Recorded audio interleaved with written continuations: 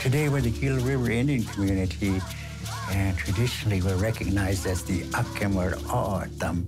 Akimar for river, O'odham is people. I'm Barnaby Lewis, Tribal Historic Preservation Officer for Gila River Indian community.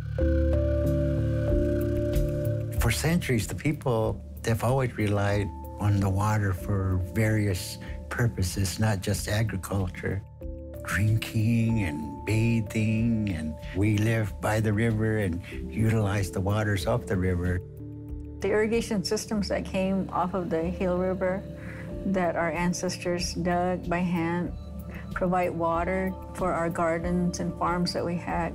My name is Henrietta Lopez, and I work for the Pima Maricopa Irrigation Project. When the settlers started coming into this area, they started using the same waters that we were using, and they didn't think about what the effects were going to be downstream. And our community members began starving because they couldn't grow the crops. With the famine that occurred, many people passed away. It's estimated that over 2 million mesquite trees were cut down and sold off reservation for firewood. But that was something that was really sad to happen. They couldn't plant without the water. And so most families did without. They had to go out and try and survive some way. So many things were lost when our water went away.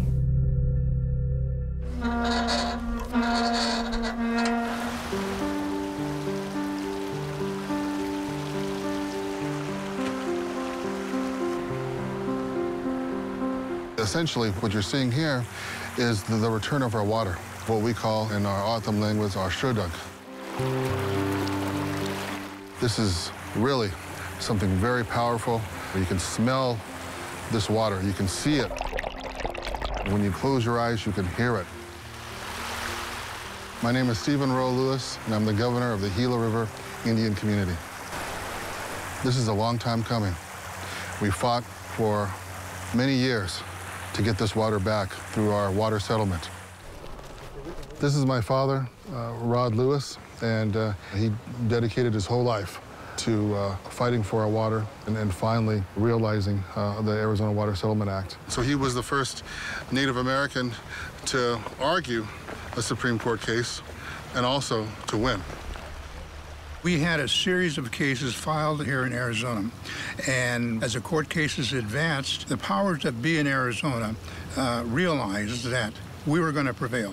And so that began the process which led to the settlement in 2004.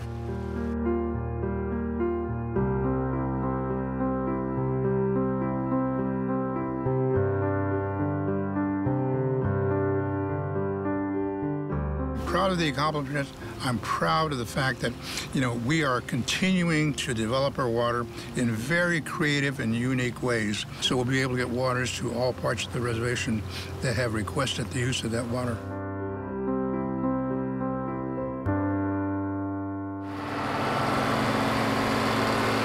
The PMIP project is currently the largest irrigation agricultural development project anywhere in the United States.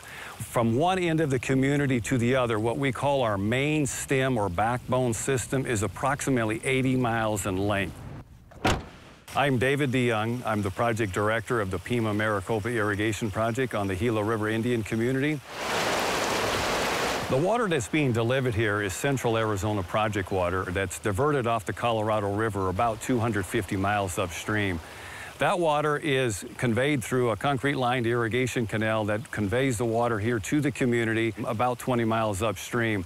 As the water is delivered through the system, it's delivered here to the MAR 5 site, which is right here behind me, where we are recharging water into the underground aquifer. The intent of the underground aquifer storage is to hold this water, much like a bank account, to be used at a future date. We are going to keep some of our water up at Lake Mead as insurance against a potential drought. That's water that's going to be there to help and provide a buffer, but also this represents an opportunity to build up this riparian habitat, all of these indigenous plants that are growing now in such a short time. With this new system, the community will be able to put lands back into production. These are olives that were planted about 18 months ago. Gila River Farms is a tribal enterprise that farms about 15,000 acres on the reservation. The hope is, with additional water availability, is that we're going to see more of these tribal producers come back into production. My name is Ramona Button, and I'm from the Gila River Indian community. Right now, we're farming 4,000 acres. My dad took me out when I was 4 years old, showed me a 10-acre garden parcel. And he said, we're gonna earn some income off of this. We have a crop in the ground, either planting or harvesting every month of the year. This is upland cotton that's grown predominantly for higher thread count. We could not grow it without irrigation. No, it's not. You can't grow any dryland crops here. We don't get enough rainfall. But with the water settlement, we're going to have a more assured water supply. And we're encouraged by the fact that there's more younger people getting involved and more Indian farmers becoming involved like we did. These lands have been irrigated by the Akimaralatam, the Pima people, and we are maintaining their traditions that were laid down many, many years ago with the same water source, that of the Gila.